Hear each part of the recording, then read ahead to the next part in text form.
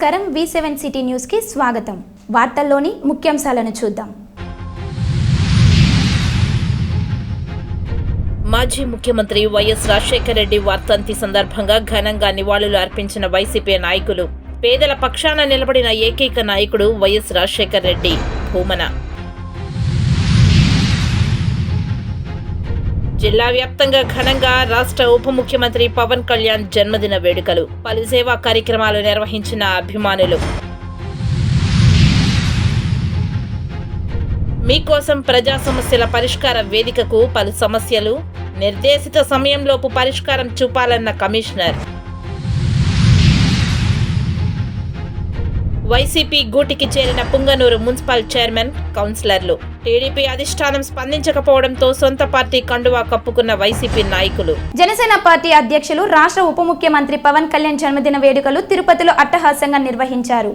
తిరుపతి నగరంలోని కూటమి నాయకురాలు ఎమ్మార్పల్లి మాజీ సర్పంచ్ మమత ఆధ్వర్యంలో స్థానిక ఎల్ఎస్ నగర్ వద్ద జనసేన అధినేత పవన్ కళ్యాణ్ జన్మదిన వేడుకలు నిర్వహించారు. ఈ కార్యక్రమానికి ముఖ్య అతిథిగా స్థానిక ఎమ్మెల్యే ఆరణి శ్రీనివాసులు, మబ్బుదేవ నారాయణ రెడ్డి, డాక్టర్ పసుపులేటి హరిప్రసాద్లు పాల్గొని కేక్ను కట్ చేసి అందరికీ పంచిపెట్టారు. అనంతరం ఎమ్మార్పల్లి సర్కిల్ వద్ద పేదలకు, అనాథలకు 500 మందికి అన్నదాన కార్యక్రమాన్ని నిర్వహించారు. ఈ సందర్భంగా వారు మాట్లాడుతూ రాష్ట్రం కష్టకాలంలో ఉన్నప్పుడు పవన్ కళ్యాణ్ చొరవ తీసుకుని అటు బీజేపీని, ఇటు తెలుగుదేశంని ఏకతాటిపైకి తీసుకువచ్చి జనసేన పార్టీతో కలిసి సీట్లను సర్దుబాటు చేసుకుని గత ఎన్నికల్లో కనీవిని ఎరుగని రీతిలో అఖండ విజయం సాధించి రాష్ట్రానికి మంచి భవిష్యత్తును తీసుకువచ్చారని పేర్కొన్నారు. తాను ఉప ముఖ్యమంత్రిగా, ఐటీ శాఖ మంత్రిగా, పంచాయతీరాజ్, అటవీ శాఖ మంత్రిగా బాధ్యతలు స్వీకరిస్తూ రాష్ట్రాన్ని సర్వతోముఖాభివృద్ధిగా వైపు నడిపిస్తున్నారని కొనియాడారు. మరింతగా ఆయన సేవలను రాష్ట్ర ప్రజలు కోరుకుంటున్నారని అన్నారు. తిరుమల శ్రీ వెంకటేశ్వర స్వామివారి ఆశీస్సులతో పవన్ కళ్యాణ్ మరింత ఉన్నత స్థాయికి ఎదగాలని ఆకాంక్షించారు. ఈ కార్యక్రమంలో ఎన్డీఏ కూటమి నాయకులు, మాజీ ward member Rajendra Prasad, Srinivas Nagar Nagaraju, Subrahmanyam, Puneeth, youth పెద్ద ఎత్తున పాల్గొన్నారు. పవన్ కళ్యాణ్ గారు అభిమానులు అందరూ కూడా ఎక్కడికక్కడ ప్రతి డివిజన్లలో కూడా కేకులు కట్ చేయడం, మొక్కలు నాటడం, బ్లడ్ డొనేషన్ ఇవ్వడం, అన్నదాన కార్యక్రమాలు చేయడం, పలు రకాలైన వివిధ సేవా కార్యక్రమాలు. పుట్టినరోజు పవన్ కళ్యాణ్ గారి పుట్టినరోజు సందర్భంగా తిరుపతి నగరంలో జనసేన జన సైనికులు, యువకులు, వీర మహిళలు అందరూ కలిసి ఉదయం 8 గంటల నుంచి కూడా ఒక పండగ ఉత్సాహంతో తిరుపతి నగరంలో పవన్ కళ్యాణ్ గారి పుట్టినరోజు జరుపుకుంటున్నారు. అందులో భాగంగా ఇక్కడ ఎమ్మార్పల్లి ఏరియాలో ఎల్ఎస్ నగర్లో మన మమత గారి, బాలా గారి మొత్తం మంది యువత, పెద్దలు అందరి సహకారంతో అందరూ కూడా కలిసి, మన గోవిందరెడ్డి గారు వీళ్ళందరూ కూడా కలిసి ఇక్కడ భారీ కేక్ పవన్ కళ్యాణ్ గారి పుట్టినరోజుగా కట్ చేయడం, అదేవిధంగా పలు కార్యక్రమాలు, సేవా కార్యక్రమాలు కూడా చేయడం, అన్నదాన కార్యక్రమాలు కూడా చేయడం చాలా సంతోషం. పవన్ కళ్యాణ్ గారి పుట్టినరోజు సందర్భంగా అందరూ సంతోషంగా కేక్ కటింగ్, అదేవిధంగా అన్నదాన కార్యక్రమాలు జరుపుకున్నాము. ఎంతో బిజీ షెడ్యూల్ ఉన్నప్పటికీ మా ఆహ్వానాన్ని మన్నించి ఎంఆర్పల్లికి వచ్చినందుకు ధన్యవాదాలు గౌరవనీయులు ఎమ్మెల్యే గారికి. పవన్ కళ్యాణ్ గారి పుట్టినరోజు కాబట్టి ఎవరు పిలిచినా పోవాల్సిన బాధ్యత. ముఖ్యంగా మెగా ఫ్యామిలీ అంటే చాలా అభిమానం నాకు. ముఖ్యమైన కారణం చెప్తాను, ఆర్థికంగా ఎంతో సమస్యలు సినీ ఇండస్ట్రీలో ఉన్న వారి గురించి చూశాను నేను. వాకిచ్చ గారు, పొన్నాంబలం గారు వాళ్ళందరికీ ఆర్థిక సమస్యలు, ఆరోగ్య సమస్యలు ఉంటే కూడా ఉదారంగా కొన్ని లక్షలు ఇచ్చిన కుటుంబం. అన్ని పార్టీలు ఎవరిని పిండుకుందామో, ఎవరి దగ్గర వసూలు చేసుకుందాం అనుకుంటాయి. వాళ్ళు సొంత డబ్బుతో ప్రజలకు వాళ్ళు సేవ చేస్తారు. ఆ గౌరవంతోనే ఈరోజు కార్యక్రమం ఇంత ఘనంగా ఏర్పాటు చేయడం జరిగింది. తిరుపతి నగరంలోని సెంట్రల్ బస్టాండ్ వద్ద మంజునాథ భవన్ హోటల్ శ్రీను రాయల్ ఆధ్వర్యంలో పవన్ కళ్యాణ్ జన్మదిన వేడుకలు నిర్వహించారు.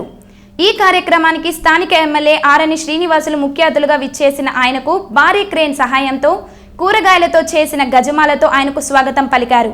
అనంతరం కేకు కట్ చేసి అన్నదానం నిర్వహించారు. ఈరోజు మన పవర్ స్టార్ పవన్ కళ్యాణ్ గారి పుట్టినరోజు సందర్భంగా ఈ విధంగా చేయడం మాకు చాలా చాలా చాలా సంతోషంగా ఉంది. ఆంధ్రప్రదేశ్ ఉప ముఖ్యమంత్రులు అయిన తర్వాత ఇంకా ఆనందంతో ఇంకా పెద్ద ఎత్తున చేద్దాం అనుకుని పెద్ద ఎత్తున చేసినాము.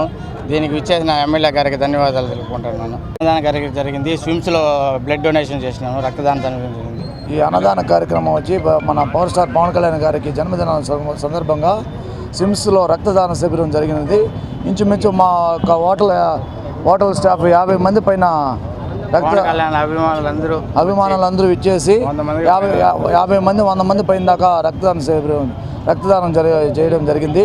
ప్లస్ ఇక్కడ ఎంతమందికి అన్నదానం 1000 మంది పైన అన్నదాన కార్యక్రమం జరిగింది. అర్జీదారులు సంతృప్తి పడేలా వారి సమస్యలను పరిష్కరించాలని నగరపాలక సంస్థ కమిషనర్ ఎన్ మౌర్య అధికారులను ఆదేశించారు.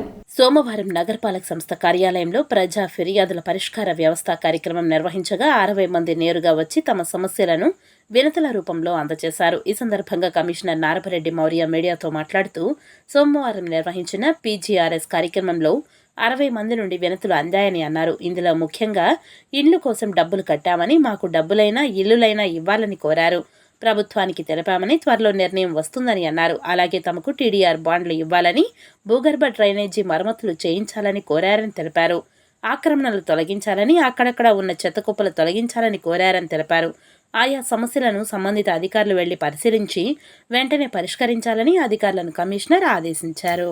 తిరుపతి పట్టణాభివృద్ధి సంస్థ ఆధ్వర్యంలో రాయల చెరువు రోడ్డులో నిర్మిస్తున్న తుడా టవర్స్ నిర్మాణ పనుల్లో వేగం పెంచి గడువులోపు పూర్తి చేయాలని తుడా ఉపాధ్యక్షురాలు నగరపాలక సంస్థ కమిషనర్ ఎన్ మౌర్య అధికారులను ఆదేశించారు. నగరంలోని రాయల చెరువు రోడ్డులో నిర్మిస్తున్న తుడా టవర్స్, బాబు జగ్జీవన్ రామ్ పార్క్, శ్రీనివాసపురం వద్ద గల పార్కును, సూరప్రకాశం తుడా లేఅవుట్ను, విమానాశ్రయం మార్గంలో సుందరీకరణ పనులను సోమవారం పరిశీలించారు. గ్రౌండ్ ఫ్లోర్తో పాటు 13 అంతస్తులతో తుడా టవర్ను నిర్మిస్తున్నామని, అందులో 2 అంతస్తుల్లో వాణిజ్య సముదాయాలకు, 3 అంతస్తులు ఆఫీసులకు వినియోగానికి, మిగిలిన అంతస్తులో నివాస యోగ్యంగా నిర్మిస్తున్నామని ఇంజనీర్లు వివరించారు. ఈ సందర్భంగా ఉపాధ్యక్షురాలు మౌర్య మాట్లాడుతూ తుడా టవర్స్ నిర్మాణ పనుల్లో వేగం పెంచాలని అన్నారు. నిర్మాణ పనుల్లో నాణ్యత ప్రమాణాలు పాటించాలని, పనులను నిత్యం పర్యవేక్షణ చేయాలని అధికారులను ఆదేశించారు. బాబు జగ్జీవన్ రామ్ పార్క్లోని మరుగుదొడ్లో నీటి వసతి కల్పించాలని, వాకింగ్ ట్రాక్ సక్రమంగా ఏర్పాటు చేయాలని, వాకర్స్ కోరగా వెంటనే సమస్యలను పరిష్కరించాలని అధికారులను ఆదేశించారు. శ్రీనివాసపురం పార్క్ నిర్వహణ చక్కగా చేయాలని, ఎప్పటికప్పుడు మొక్కలను, గడ్డిని కత్తిరించి పరిశుభ్రంగా ఉంచాలని అధికారులను ఆదేశించారు. విమానాశ్రయం వద్ద సుందరీకరణ పనులు పరిశీలించి డివైడర్ల మధ్యలో రంగురంగుల పూల మొక్కలు నాటి సుందరంగా చేయాలని అన్నారు. ఉపాధ్యక్షురాలి వెంట superintendent engineer Krishna Reddy, EE Ravindra, DE Basha, ఉద్యానవన శాఖ అధికారి మాలతి, ఏయు షణ్ముఖం, ఏపీఓ సూర్యనారాయణ తదితరులు పాల్గొన్నారు. దివంగత నేత వైఎస్ రాజశేఖర్ రెడ్డి వర్ధంతి సందర్భంగా తిరుపతి నగరంలోని తుడా సర్కిల్ వద్దనున్న రాజశేఖర్ రెడ్డి విగ్రహానికి మాజీ ఎమ్మెల్యే భూమన కరుణాకర్ రెడ్డి ఘనంగా నివాళులర్పించారు. అనంతరం పేదలకు అన్నదాన కార్యక్రమం నిర్వహించారు. ఈ సందర్భంగా ఆయన మాట్లాడారు. కోట్లాది మంది రైతులకు ఈ రోజున అన్నాన్ని ప్రసాదిస్తోంది. ప్రజలతో మమేకమవ్వటం, కార్యకర్తలతో కలిసి మెలగటం, ప్రజల పట్ల ఆయనకున్నటువంటి అత్యంత అనురక్తి దేశ రాజకీయాలలోనే ఏ రాజకీయ నాయకుడికి లేనటువంటి సొంతం. ఆ మహానుభావుని మరణం తర్వాత ఏమవుతుంది రాష్ట్రం అనుకున్న పరిస్థితులలో ఆయన కుమారుడు, మనందరి నాయకుడు జగన్మోహన్ రెడ్డి గారు ఒక విరాట్ శక్తిగా అవతరించి రాజకీయాలలోనే ఒక పెద్ద భూకంపాన్ని సృష్టించి తన వీరోచిత పోరాటాల ద్వారా తన మీద ఎన్ని ఆరోపణలు చేసినా, తప్పుడు కేసులు పెట్టి జైళ్లకు పంపించినా వెరవకుండా ఆయన చేసినటువంటి పోరాటాలు, పాదయాత్రల ఫలితంగా 5 సంవత్సరాలు ఆంధ్ర రాష్ట్ర ప్రజలు, ముఖ్యంగా బడుగు బలహీన వర్గాల ప్రజలు ఎనలేనటువంటి మేళ్లు పొందినారు. కానీ తెలుగుదేశం పార్టీ, దానికి అంటగాగిన పార్టీ ఈ 2 జగన్మోహన్ రెడ్డి గారి మీద చేసినటువంటి విష ప్రచారం వలన ఆయన ఇచ్చినటువంటి 3,40,000 కోట్ల రూపాయల సహాయం ఎందుకు కొరగాకుండా మనల్ని ఓడించింది. ఓడించినంత మాత్రాన వైఎస్ఆర్ కాంగ్రెస్ పార్టీ నిజమైన కార్యకర్తలు, నాయకులు ఎవ్వరూ కూడా భయపడరు. ఆ నిజమైన కార్యకర్తలతోనే పార్టీ నడుపుతాం. ఆ నిజమైన నాయకులతోనే పార్టీని పునరుజ్జీవింపజేస్తాం. ఆ నిజమైన నాయకులతోనే మళ్ళీ జగన్మోహన్ రెడ్డిని ముఖ్యమంత్రి పీఠం మీద కూర్చోబెట్టేంత వరకు నిద్రపోదు ఈ రాష్ట్రంలో. శ్రీకాళహస్తిలోని రాజీవ్ నగర్ ప్రాంతం నందు రెవెన్యూ శాఖ అధికారులు రెవెన్యూ సదస్సులు నిర్వహించారు. రాజీవ్ నగర్ నందు ఇంటింటికి వెళ్లి సర్వేలు నిర్వహించి రాజీవ్ నగర్ కాలనీ వాసుల వద్ద వారి వద్ద ఉన్న ఇంటి పట్టాలు ఆధార్ కార్డులతో వివరాలను సేకరించారు. గత ప్రభుత్వంలో రాజీవ్ నగర్లో భూ సమస్యపై బాధింపబడ్డ బాధితులు వారి సమస్యలను రెవెన్యూ శాఖ అధికారుల దృష్టికి ఫిర్యాదు రూపంలో తీసుకుని వచ్చారు. ఆర్డీఓ రవిశంకర్ రెడ్డి మాట్లాడుతూ ప్రజా సమస్యల ఫిర్యాదుల పరిష్కారానికి రాష్ట్ర ప్రభుత్వం ప్రథమ ప్రాధాన్యతను ఇచ్చే దిశగా రెవెన్యూ సదస్సులు నిర్వహిస్తున్నామని తెలిపారు. రెవెన్యూ శాఖలో ఆన్లైన్ ట్యాంపరింగ్, రికార్డులు తారుమారుపై అధికారులు బాధితుల వద్ద ఫిర్యాదులు స్వీకరించి వారి సమస్యలను పరిష్కరిస్తామని అన్నారు. వైసీపీ పాలనలో రెవెన్యూ పరంగా ప్రజలు అనేక ఇబ్బందులను ఎదుర్కొంటున్నారని, రెవెన్యూ సదస్సుల్లో అధికారులు పాల్గొని సమస్యలు పరిష్కారం దిశగా కార్యాచరణ చేపడుతున్నామని తెలిపారు. వైకాపా హయాంలో జరిగిన భూ అక్రమ నిగ్గు తేల్చి సదస్సులు నిర్వహిస్తున్నామని తెలిపారు. వివరాలను సేకరించి బోగస్ పట్టాలను సేకరించి నివేదికను కలెక్టర్ దృష్టికి తీసుకుని వెళ్లి ఆపై బాధితులకు ఎటువంటి న్యాయం చేయాలో తెలియజేస్తామని తెలిపారు. కాలనీలో వెరిఫికేషన్ జరుగుతుంది. దాంట్లో సుమారుగా ఒక 57 బృందాలుగా మారి ఒక్కొక్కరికి అంటే ఒక్కొక్క బృందానికి 100 ఇండ్లు చొప్పున వేసి వెరిఫికేషన్ చేస్తున్నాము. దాని ముఖ్య ఉద్దేశం ఏంటంటే ఈ మధ్యకాలంలో సుమారుగా చాలా రోజుల నుంచి అక్కడ పట్టాలు ఇవ్వడం జరిగింది. దాంట్లో కొన్ని కంప్లైంట్స్ రావడం వల్ల కంటిన్యూస్గా పత్రికా మిత్రులని మీరు కూడా చూస్తుంటారు, చాలా కంప్లైంట్స్ రావడం, వాట్సాప్లో రావడం కావచ్చు, మీడియాలో రావచ్చు కదా, ప్రింట్ మీడియాలో రావచ్చు, చూసి ఇవన్నీ కూడా అసలు ఇవన్నీ ఎందుకు ఇలా వస్తున్నాయనే ఉద్దేశంతో ఒక ఫుల్ స్టాప్ అనేది ఉండాలి. అసలు అక్కడ ఎవరికి ఇచ్చారు పట్టాలు, ఎంతమంది ఉన్నారు, కంటిన్యూస్గా ఇప్పుడు వచ్చిన ప్రాబ్లం ఏంటి అనే ఉద్దేశంతో ఒకసారి వెరిఫికేషన్ స్టార్ట్ చేశాము. దాంట్లో భాగంగా డోర్ టు డోర్ వెరిఫై చేస్తున్నారు. అది ఈరోజు మొదలైంది. దాంట్లో ముఖ్య ఉద్దేశం ఏంటంటే ఎందుకు కంప్లైంట్స్ ఎక్కువ అయ్యాయి అనేది ఒకసారి చెక్ చేసుకోవడానికే చేస్తున్నాం. ప్రజెంట్ మనకు ఆ గ్రౌండ్ డేటా అంతా వచ్చిన తర్వాత మేము ఇచ్చిన బెనిఫిషియరీ ఉన్నాడా, లేకపోతే మారారా, తర్వాత ఉన్న వాళ్ళు ప్రాబ్లం లేకుండా ఉన్నారా, అదర్వైజ్ ఇంకేమైనా ప్రాబ్లమ్స్ ఉన్నాయనేది కూడా మనకి విచారణలో తెలుస్తుంది. బ్రిటిష్ వాళ్ళ ప్రభుత్వం కాదు, అంతకన్నా రాచరికము కూడా కాదు. ఇది ప్రజాస్వామ్యం, వీలైతే మంచి చేయాలి అని మాజీ ఎమ్మెల్యే మధుసూదన్ రెడ్డి అన్నారు. శ్రీకాళహస్తి పట్టణంలో వైఎస్ఆర్ వర్ధంతి వేడుకల్లో మాజీ ఎమ్మెల్యే బియ్యపు మధుసూదన్ రెడ్డి పాల్గొన్నారు. వైఎస్ఆర్ విగ్రహానికి పూలమాలలు వేసి ఘనంగా నివాళి అర్పించారు. ఈ సందర్భంగా పేదలకు అన్నదాన కార్యక్రమం చేపట్టారు. అనంతరం మీడియాతో మాట్లాడుతూ వైఎస్ రాజశేఖర రెడ్డి వల్ల ఈ రోజు ఆరోగ్యశ్రీ, సాగునీటి ప్రాజెక్టులు, పేదలకు ఇళ్లు, ఇలాంటి కార్యక్రమాలు ఆయన వల్లే పేదలు అనుభవిస్తున్నారని అన్నారు. అయితే ప్రస్తుత ప్రభుత్వం స్థానికంగా అధికార పార్టీ వాళ్లు ఇల్లు కొట్టేస్తాము, చెట్లు నరికేస్తాము, రౌడీయిజం చేస్తాము అన్నట్టుగా వ్యవహరిస్తున్నారని, అలా చేయడానికి ఇది బ్రిటిష్ రాజ్యం కాదని, అంతకంటే రాజరికం కూడా కాదని, ఇది ప్రజాస్వామ్యమని హితవు పలికారు. వీలైతే మంచి చేయాలని అన్నారు. మాజీ ఎమ్మెల్యే బియ్యపు మధుసూదన్ రెడ్డి నన్ను అరెస్టు చేయాలని, తప్పుడు కేసులు బనాయించాలని చూస్తున్నారని, నేను ప్రజల కోసం దేనికైనా సిద్ధమని అన్నారు. మరొక్కసారి వైఎస్ రాజశేఖర రెడ్డి ఆశయాలతో కొనసాగే పరిపాలన రావాలని కోరారు. కన్నా కూడా ఇంటి పెద్ద దిక్కు సరిపోయాలని ఇప్పుడు కూడా అందరూ బాధపడతా దేవుడు పక్కన ఫోటో పక్కన పెట్టుకుని ఆయన దేవుళ్ళు చూస్తున్నారంటే దేశంలో ఇటువంటి నాయకుడు మరలా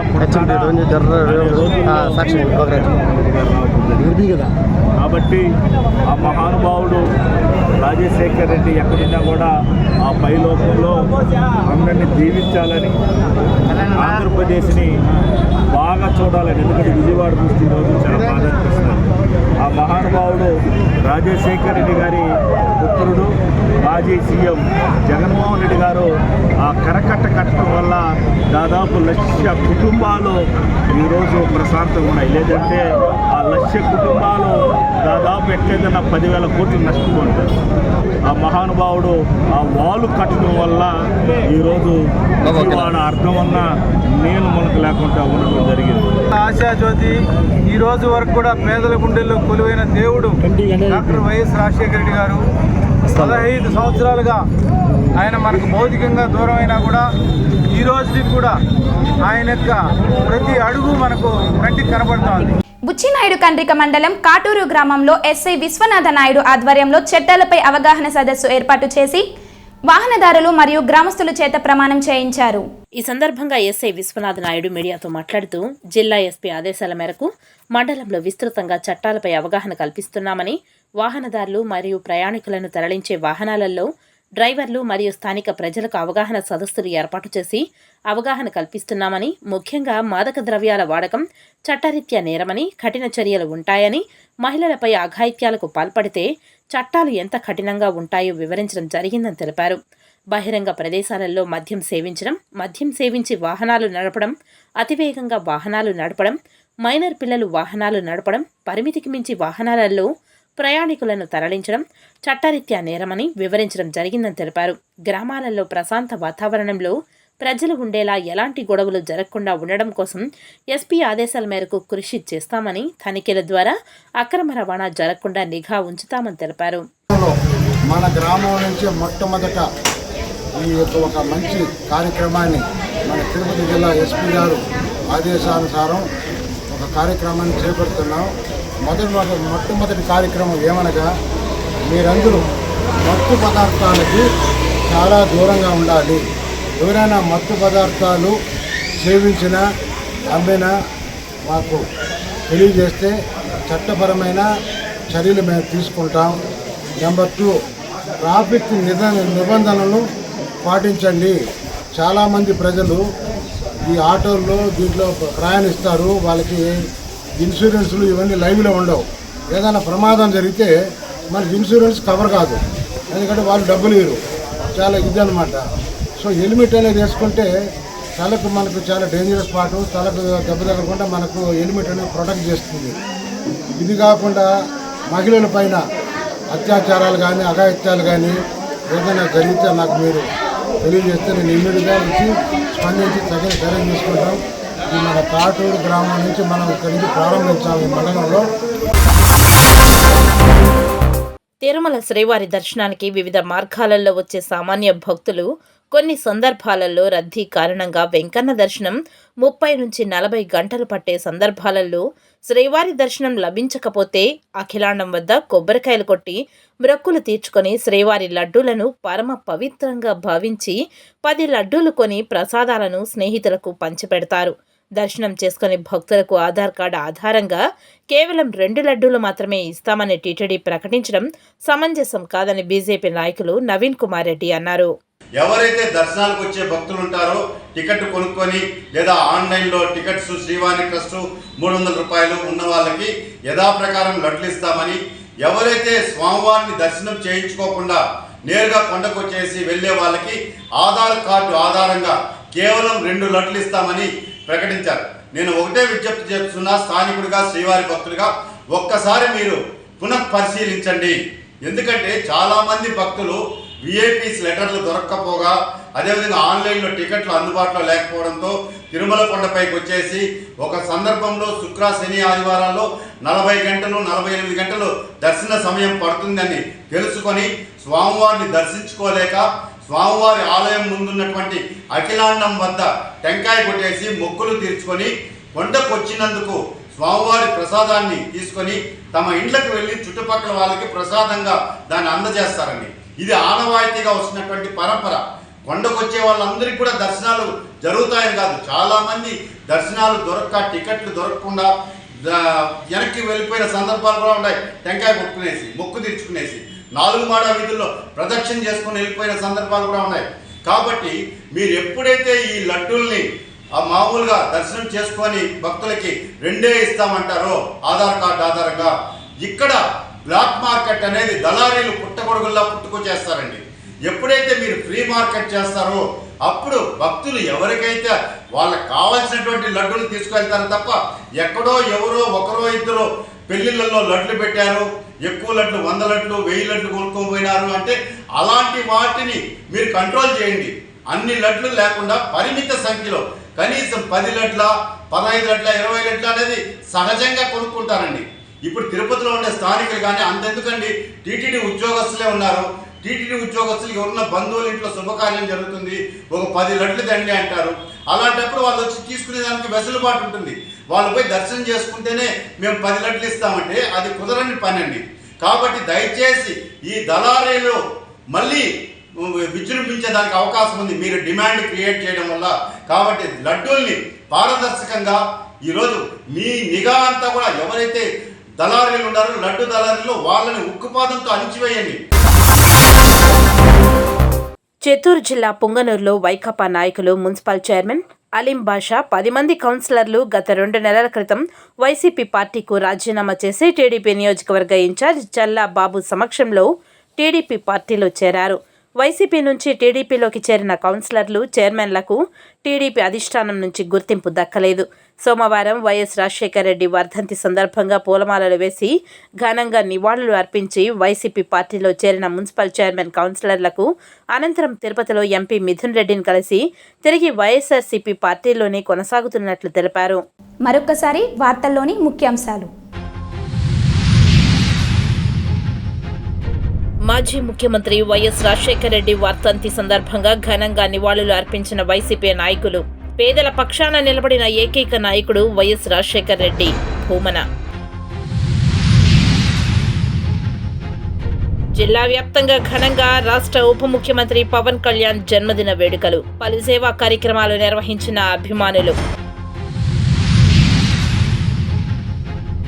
మీకోసం ప్రజా సమస్యల పరిష్కార వేదికకు పలు సమస్యలు నిర్దేశిత సమయంలోపు పరిష్కారం చూపాలన్న కమిషనర్.